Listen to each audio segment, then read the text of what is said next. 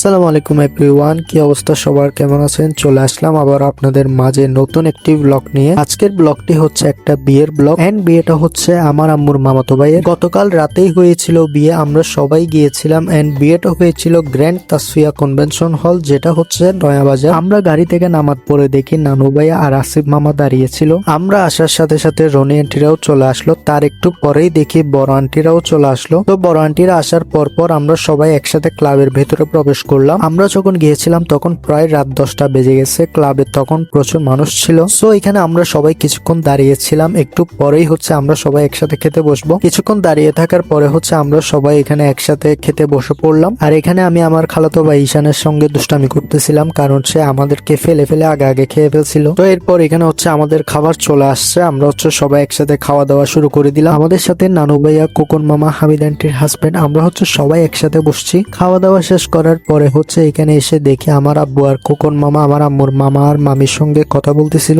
এখানে আমার বড় আন্টির সাথে মাঝখানে কালো বোরকা পরা যিনি বসে আছেন উনি হচ্ছেন আমার নানুমনির বোন। ওনাকে আমি যখনই দেখবো তখনই হচ্ছে আমার নানুমনির কথা সবচেয়ে বেশি মনে পড়ে। এন্ড কালকে বিয়েতেও সবাই এটা বলতেছিল যে নানুমনি থাকলে আরো ব্যাপারটা জমে যেত, নানুমনি অনেক বেশি খুশি হতো। আর এনাকে তো আপনারা সবাই দেখছেন, আমি সকালবেলা একটা ভিডিও আপলোড করছিলাম। আমার ইসরাত আন্টির শাশুড়ি, উনি খুবই সহজ সরল একজন মানুষ। আমার ভিডিও নাকি উনি সবসময় দেখে, আমার ভিডিওতে নাকি লাইক দেয়, এসব বলতেছিল আর কি আমাকে বসে বসে। আর এদিকে আমার আম্মু আর আন্টিদের কথা কি বলবো, তারা তো অনেক দিন পর তাদের নানুর বাড়িতে একটা বিয়ে পেয়ে তারা তো মহা খুশি। তারা একে অপরের সাথে হাসি ঠাট্টা মজা করতেছিল, কিন্তু এই মজাটা ডাবল হতো যদি নানুমনি আমাদের সাথে থাকতো। আম্মুরা এন্ড আন্টিরা হচ্ছে তাদের মামা এবং মামাতো বোনদের সঙ্গে গল্পে মেতে উঠেছে। এমনিতে কারো সঙ্গে কারো খুব একটা দেখা সাক্ষাৎ হয় না, এরকম বিয়ের সাথে প্রোগ্রামগুলোতে সবার সঙ্গে সবার একটু দেখা সাক্ষাৎ হয়, কথাবার্তা হাসি ঠাট্টা হয়। সবাইকে দেখানোর মাঝে একটু করে আমি নিজেকেও দেখিয়ে দিলাম। আমাকে কেমন লাগতেছিল আপনারা কমেন্ট করে জানাবেন।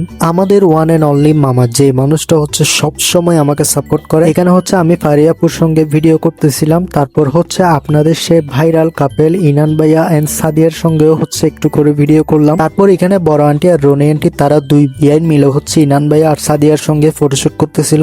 এরপর হচ্ছে এখানে বড় আন্টি, রনি আন্টি, ইনান ভাইয়া, সাদিয়া, কোকন মামাকে সহ নিয়ে একসাথে একটা ফটোশুট করলো। সো অনেকক্ষণ ফটোশুট করার পরে হচ্ছে আমরা চলে যাওয়ার জন্য প্রিপারেশন নিচ্ছিলাম। সো আমরা হচ্ছে ক্লাব থেকে বের হয়ে গেলাম। সো এভরিওয়ান, এটাই ছিল আমার আজকের একটি ওয়েডিং ব্লগ। আশা করি আপনাদের সবার কাছে অনেক ভালো লেগেছে। যদি ভালো লেগে থাকে তাহলে একটি করে লাইক, কমেন্ট এবং শেয়ার করে দিবেন। দেখা হবে পরবর্তী অন্য কোনো একটি ব্লগে। সবাই ভালো থাকবেন, সুস্থ থাকবেন। সবাইকে আল্লাহ হাফেজ, আসসালামু আলাইকুম।